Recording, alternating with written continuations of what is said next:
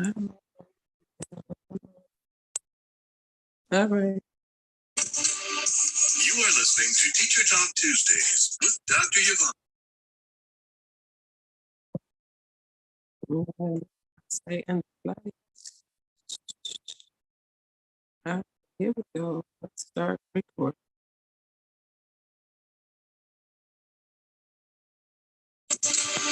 You are listening to Teacher Talk Tuesdays with Dr. Yvonne, author of Look Who's Talking and countless other educational materials. This podcast is a safe place for teachers to share their incredible stories, struggles, and triumphs. The educational system as we know it has changed, but no worries, Dr. Yvonne is here to help. Now, here's your host, Dr. Yvonne.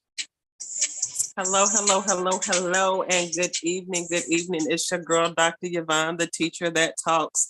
I am glad you all are here with me tonight. I am looking forward to this. I probably won't be on here that long tonight, but I just wanted to share with you all. Preparation is what I wanted to talk about tonight. Preparation. We have to be prepared for what we need our students to do at the end of the year. And let me take these off because I can see better without my glasses. It's crazy, but I can, especially when I'm on my YouTube. But preparing our students, they have to be prepared and we have to prepare them. And I know the end of the year, I talked about the end of the year blues and what we're doing. And all we're doing basically is preparing them for testing, the end of the year test and things that we have to do to get them ready for that. So today, after Easter break, after a 4-day weekend, of course, we went back and we're working on some stuff. And we had a meeting about what we were going to do next. Well, STAR is next week. The reading STAR for 4th grade is next week. So I'm still working on preparing my students to be ready for that. However, we also going to do this way. Hey, y'all. So get a little closer to y'all. Here we go. Yeah, there we go. So we also have to get them ready for district testing. So there's some district tests that we have to do that we have to get ready for. And I kind of set my kids up today to let them know what to look forward to for the rest of this week and going into next week to be ready for STAR. So we are working on being able to make corrections, editing and writing and revising. And when I tell you, it has been difficult, and not because the kids don't get it, it's been difficult because of the way we teach them. And I told you that we now have ELAR, which is English, Language Arts, and Reading, all as one class. Now, when I started teaching 20 years ago, I was a language arts teacher. I was certified in language arts, and I taught language arts. That was all I taught, all day, every day, was language arts, to teach them the English language, subjects, verbs, predicates, the articles, all of those things, the parts of speech. I taught them how to write. I was able to do the writing process in that language arts class. Well, now things are different. It's not isolated. So, and I even taught spelling. When I had language arts, I taught spelling. We had spelling lessons. They had spelling tests every week. And it gave them the different things about the diphthongs and blended words, blended letters, and the sounds that they make, and all of those things that we talk about that students are not getting right now because of the way they have put together the ELAR. And what that does is it only focuses on reading. For the most part, it focuses on reading, and it has components where they go in and they talk about, personification. They talk about, parts of speech, having a noun and adjectives, and dealing with figurative language. That's the word I was looking for, figurative language, where they have idioms and they have all of these different things, but that's in reading, and you have to try to push all of that into one lesson, and it can be difficult, and our students are not getting that as much as they need it. So when it comes time for them to be able to edit on the standardized test, to be able to do that on the district test, it hasn't been taught well enough for them to be able to understand it. So that's what I'm doing now, is preparing them, getting them prepared to be able to go in and make those corrections, looking at sentences, because it's asking them, what word would be best to fix this sentence? What word would be best to, which word is spelled wrong? Well, if you haven't taught them how to spell and they don't know, it's going to be hard for them to figure that out. And that's what I'm learning today with my students as I'm going over this lesson and we're pulling out, I'm going over, I had them read the article and then I had them answer the questions. And basically it was just editing. And a lot of it, some of them didn't get the word that was misspelled correctly because they saw another word that they didn't know that they thought was wrong. And it wasn't. So when we don't teach them those things, they can't identify. So that's what I'm preparing our students for right now. So parents, just, sometimes just sit back and work with your kids on different things as far as spelling. They're not getting it. They're not teaching spelling anymore. So I think it's a disservice for our students that they're not getting spelling.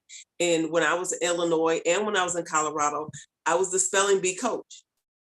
So I was very adamant about my kids knowing how to spell and being able to go and do that. I don't even know if they have a spelling bee here in Texas.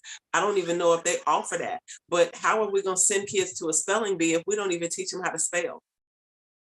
So we need to think about that. And I guarantee you, it's just words that you need to know. And I'm going to put that together, a little book of words that kids need to know in elementary school and how to spell. It's words, just like sight words, the 1,000 words that all kids need to know, the sight words that all kids need to know by the time they're in kindergarten, first grade, second grade, third grade, fourth grade, and fifth grade, and sixth grade. They have them for every grade level, that there's words. I mean, you can have 100 words that they should know or 1,000 words that they should know. And I used a program in Colorado. And did I do it in Illinois? No, I found out about it in Colorado, and it's called vocabulary.com. Awesome. It is one of the best programs I've ever seen. And it actually teaches the kids vocabulary, how to spell, and how to use the words. And it's a wonderful program, something that I used in the district, something I used in my classroom, and kids loved it because it was teaching them how to spell. They were being able, and I used the curriculum. Because the beauty of it is I could scan the stories that I was reading in class for reading, and I could scan those words into the program, and it would put those words in the program. They had a bank of so many books where I could go in, find the book that we were reading or the story we were reading, and get the vocabulary out of it and put it into the program. So it wasn't like it was taking away from what they were doing in class, it was adding to it. And it was wonderful. But I'm just saying we need to prepare our kids a little bit better for what they need to know how to do. And right now, language, English, parts of speech, how to make corrections, how to do editing. I remember marking on kids' papers, where you put the 3 lines underneath a word that needed to be capitalized. We don't use that anymore. The kids don't understand that. So those are the things, when I say go back to the basics, those are things we need to go back to teaching because they need to know it. Because when it comes to the standardized tests, they're expecting them to know it. So let's make sure that our kids are prepared and getting them ready. And like I told you, I wasn't going to be on here long. That was all I wanted to talk about. That was all I had to say.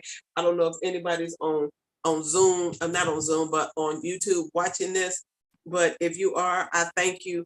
But we need to make sure that our kids are getting everything that they need to be prepared. So parents, if you have anything that you want to do with your kids, work on that. That would be a wonderful thing for them to work on, to get them prepared, have them practice their spelling, have them practice words that they may struggle with. I tell kids, I used to have kids, well, if I start off at the beginning of the year, I had kids have a vocabulary book. Words that you don't understand, write them down in your vocabulary book. I had them do a sheet for every letter in the alphabet. So wherever that word is, what it starts with, put it in that category so you can keep up with your words, so you'll know what's going on. So you're not sitting around not knowing. And then you need to use those words. Put those words into your vocabulary, which will build your vocabulary and will build your academic language when you understand the vocabulary and how to use it. We don't want them to just take tests on understanding the definition for a word and then it goes away. No, when you want them to know something, when you're not teaching to the test and you want them to know something, all you have to do is have them start applying it to their lives. Use it on a daily basis. I mean, if you can. there are some vocabulary words that you can put into your language, you can put into your writing, you can put into your conversations to enhance your conversation, to enhance your vocabulary as you're doing what you need to do on a daily basis. So we need to start implementing those things and preparing our students to be ready to do those kind of things. So I'm excited about what's going on. I'm excited about where we're going. And I believe our kids are going to be ready for STAR. I'm working my butt off to make sure that those kids are going to be ready for STAR, despite the year that they've had, despite the struggles that they've had to go through with not having everything they needed with having subs. But my job is to make sure they're ready now. So I'm excited. I'm gung-ho about what it is that they're doing, and I'm looking forward to it. So parents, just keep working with your kids, keep understanding where they're coming from, and just give them a pat on the back and let them know they're doing a great job. But we are working hard. We are working hard. So I give, hey, hats off, hats off. Give the kids a round of applause because they're doing the thing. They working hard. So I want to appreciate them and let them know they're appreciated. All right. So thank you for joining me. I told you it was going to be quick. Oh my God, that wasn't even 30 minutes. That wasn't even a 30-minute podcast. But you know, sometimes it don't have to be long. I just wanted to get in here, say what I had to say, and do what I need to do and keep it moving. All right. I love y'all for tuning in. Make sure you click like and share on my YouTube, and click the little bell, subscribe, so you'll know when I'm going live and you can get it and you'll know what's happening. All right. Thanks for joining me. Y'all have a good evening. Be blessed. Until next time, this is your girl, Dr. Yvonne, the teacher that talks. Thank you for tuning in. We hope you've enjoyed Teacher Talk Tuesdays with Dr. Yvonne. Tune in next time for more incredible stories, struggles, and triumphs.